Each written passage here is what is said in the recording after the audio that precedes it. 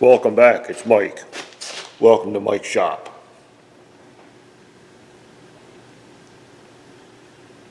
Hey, look at what's behind me. Oh, another one. We got a big Timco in. It's a 830B.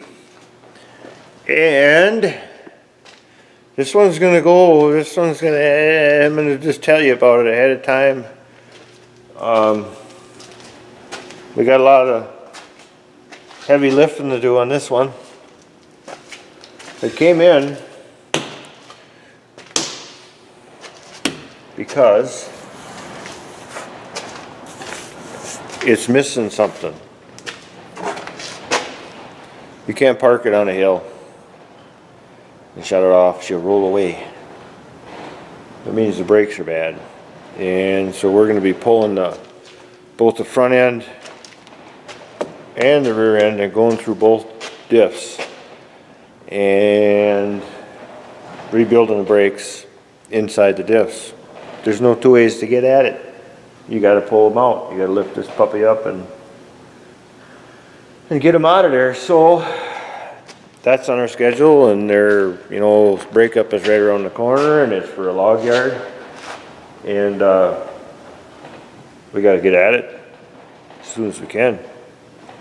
So that's coming up. Oh, look at, oh, that's been repaired, eh? Repair up there, the boob.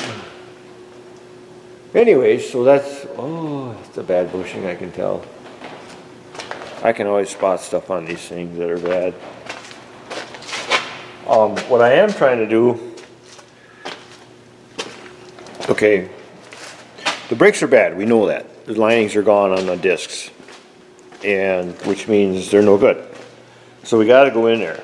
But on the other side of the coin, we got to see if the whole brake circuit is working in here, hydraulically.